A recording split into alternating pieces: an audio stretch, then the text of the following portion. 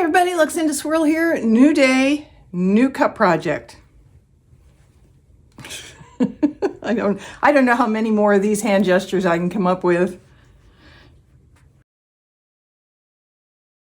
So I may just stop doing them. I have been having a lot of fun doing the waterfall or rain technique with alcohol inks. Sometimes I hit it with heat and I try and get some wispy things going with the alcohol inks once they're on the cup. Other times I just leave the heat off and I let it spin until it dries, and I get some interesting patterns that way with the alcohol inks on the cup. And I thought to myself this morning, what happens if I use something other than alcohol inks? Well, my first thought was you need something on the cup for whatever this other thing is to flow through. The whole reason it works the way it does with alcohol inks is you start with just flooding the cup with plain old clear isopropyl alcohol, and then you drop on the inks, and that gives them something to move around in. It's not resin, it's alcohol, because they're alcohol inks, so that's what you would dilute them with, is alcohol, to make them flow better. So I am going to jump now to acrylic ink. I have these beautiful Daler Rowney Pearlescent Acrylic Inks in all sorts of different colors, and they are water-based.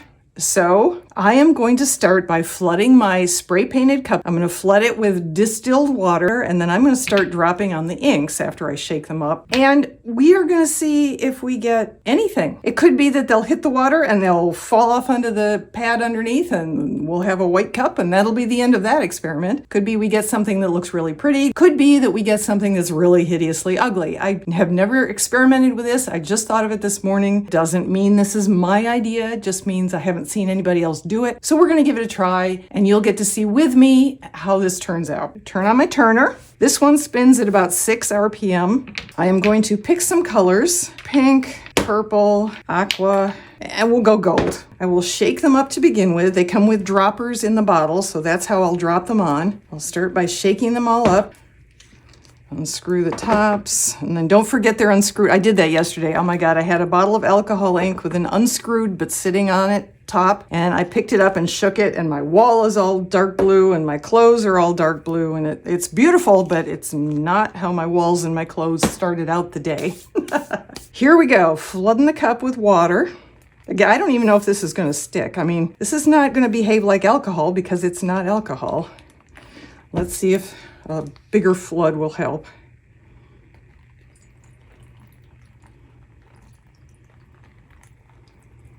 Yeah, it's just going to beat up. So this could be a problem to start.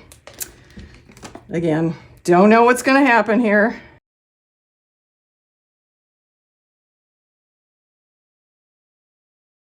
Please don't be upset if it seems like I'm being wasteful. Experiments can be wasteful while you find out something.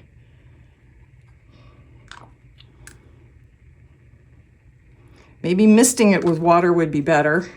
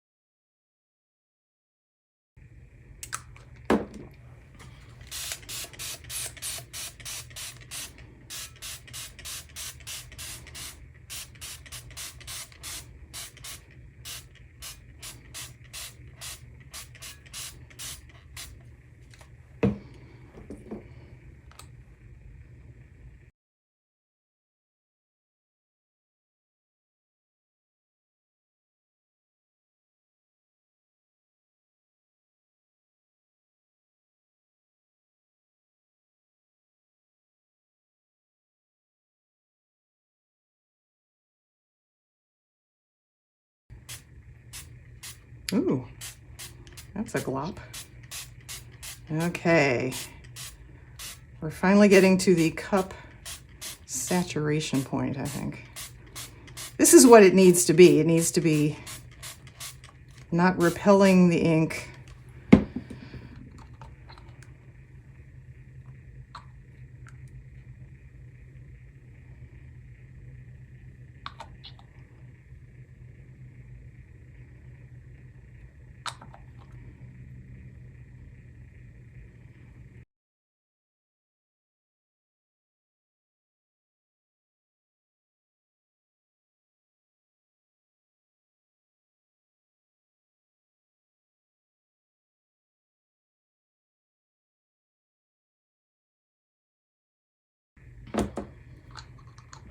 Now this is looking like what I hoped for.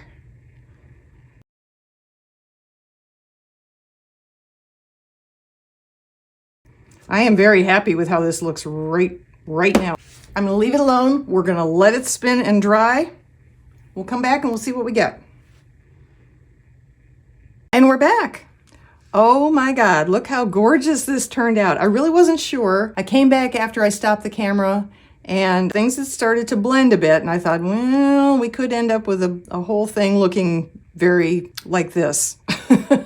But it kept a lot of its original colors as well as some blending, and I think that's gorgeous. Wow. I am so happy with this. So the trick seems to be not to try and flood the cup at first, because the white matte spray paint that's on the cup to begin with isn't going to hold any of the water. It's just going to all drip off or run off. So I think the trick here is to start by putting on drops of the inks and then pretty quickly start spritzing it with the ultrafine mister to spread those inks. And then as they spread, you can add more inks and everything will continue to spread apart and not just stick to specific rivulets and leave a lot of white space. I think that's how we'll do it next time, because I really want to try this again, but with different colors. If you want to see me try this again and you want to make some color suggestions, please do. Here is my collection of these Daler Brownie inks.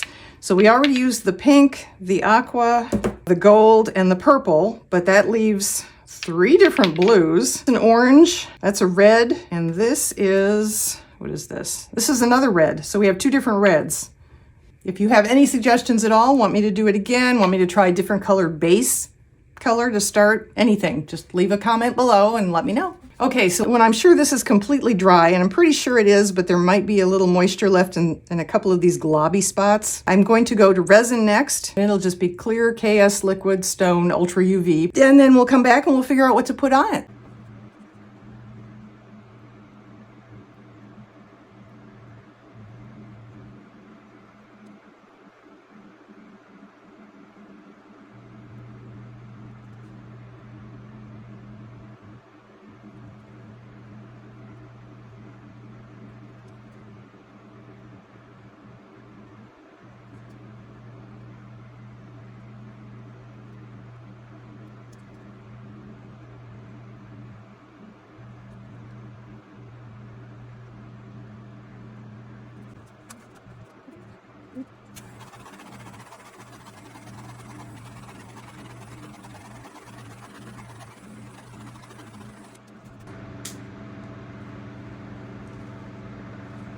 And we're back. Okay, this turned out so pretty. I absolutely love it. So rather than going to my decal collection like I've been doing a lot lately, I thought time to pull out a tattoo. These are tattoos I got from Amazon. Links to everything below. I am going to use this black and white one with the pink rose, and then on the bottom I'm going to use this pink rose just to tie them together. So what you do with a tattoo is you leave there's a protective film on the top. Leave that on until you're really ready to commit. And you can cut everything out. You don't have to cut it, you don't have to fussy cut it at all. But, you know, cutting it relatively close means that there's less edge that might show through under epoxy resin. It just trims it up neatly. And then I'll cut my pink rose out here. So these always get reversed. You are going to pull off the backing. Once you do that, you expose the very sticky tattoo, the surface of the tattoo. So once you put it down on the cup, you are committed.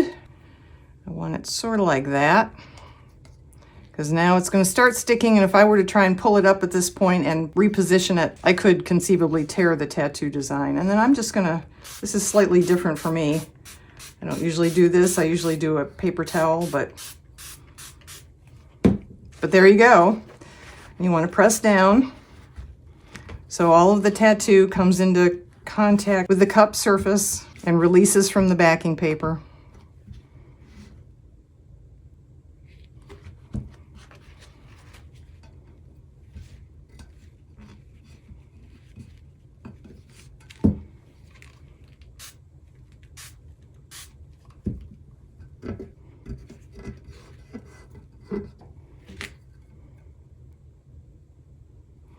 And then when it's ready, you should be able to just pull the backing paper off, leaving the tattoo behind. Look at that. Isn't that beautiful? So pretty. I love it. You could put the person's name on the other side. I'm going to leave the other side blank. With that being the main focus, I'm going to turn this up. And we're going to do basically the exact same thing. Peel off the backing paper. Position the rose. And get her wet. A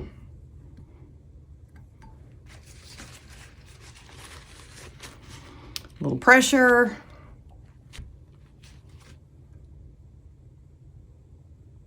And there she is. Ta-da! Okay, what I usually do with tattoos once they're on the tumbler is I let everything dry and then I take it outside and I spray Rust-Oleum clear spray all over the whole thing and then go to a final coat of epoxy resin. I'm not going to add any Marabou Rainbow Alcohol ink to this. The shimmer from the Pearlescence is beautiful and it comes through the tattoo, so I really don't feel a need to add more. So the next time you see this, it will be whatever big reveal I can come up with.